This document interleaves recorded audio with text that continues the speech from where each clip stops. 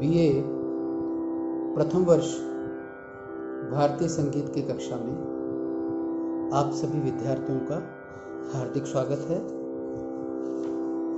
बच्चों, इसके पूर्व वाले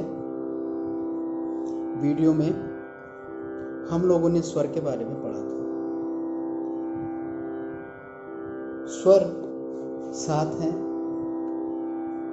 उनके 5 विकृत रूप है, कुल मिलाकर 12 स्वर। आज हम श्रुति के बारे में अध्ययन करेंगे, जो कि हमारे सैद्धांतिक प्रश्न पत्र के इकाई प्रथम बिंदु के अंतर्गत दिया हुआ है। श्रुति क्या है, इसके बारे में हम लोग आज जानेंगे।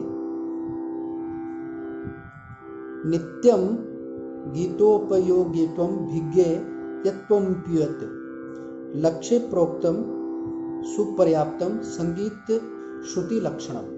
अभिनव राग मंजरी में इस प्रकार से श्रुति की परिभाषा दी गई है, अर्थात वह आवाज जो गीत में प्रयुक्त की जा सके और एक दूसरे से अलग स्पष्ट पहचानी जा सके, श्रुति कहलाती है। संगीत पारिजात में श्रुतय सुस्वर भिन्ना श्रावणत्वेन हेतुना अहिकुंडलवत्रत्व भेदोक्ति शास्त्र सम्मता, अर्थात जो सुनी जा सके वह श्रुति कहलाती है।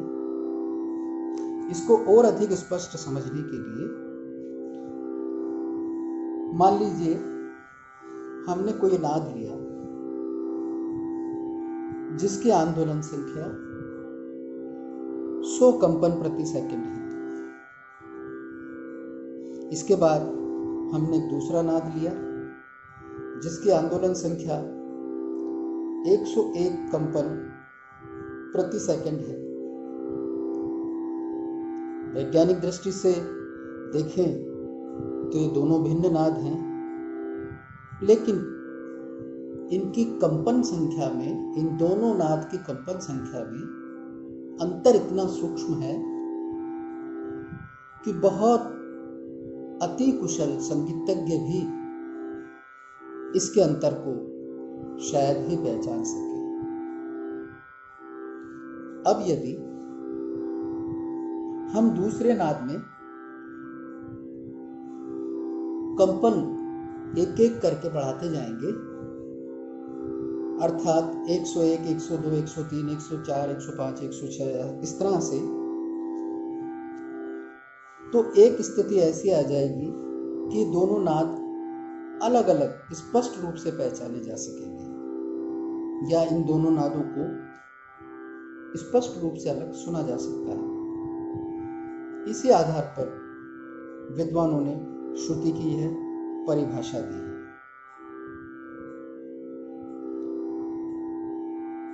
श्रुति की संख्या 22 है। जिस प्रकार से हमारे हृदय स्थान में 22 नाड़ियां हैं, उसी प्रकार से श्रुति की संख्या 22 मानी गई है,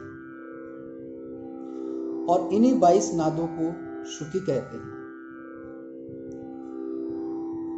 अब प्रश्न ये उठता है कि अगर 22 श्रुतियों पर गान करें तो क्या हमें सरलता होगी?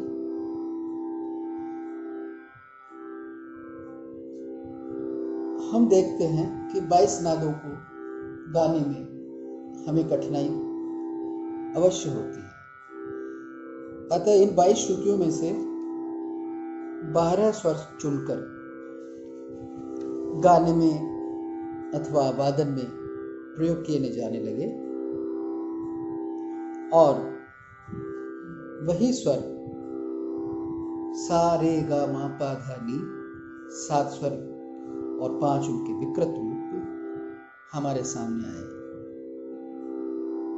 प्राचीन ग्रंथकारों ने श्रुतियों को बांटने के लिए एक व्यवस्था दी थी, जो इस प्रकार है: चतुश्चैव षडज मध्यम पंचमा द्वेदे निषाद गंधारो त्रिस्त्री ऋषभदेवतो। अर्थात सा मा पा स्वरों की 4-4 श्रुतियां, नी और गंधार की 2-2 श्रुतियां, और रे और धैवत की 3-3 श्रुतियां। इस प्रकार 22 श्रुतियों को स्वाद स्वरों में बांट दिया गया। तो बच्चों, ये हमारी श्रुति की परिभाषा और इसके बारे में संक्षिप्त जानकारी आप सब लोगों के समक्ष। आगे फिर हम किसी अन्य संगीत की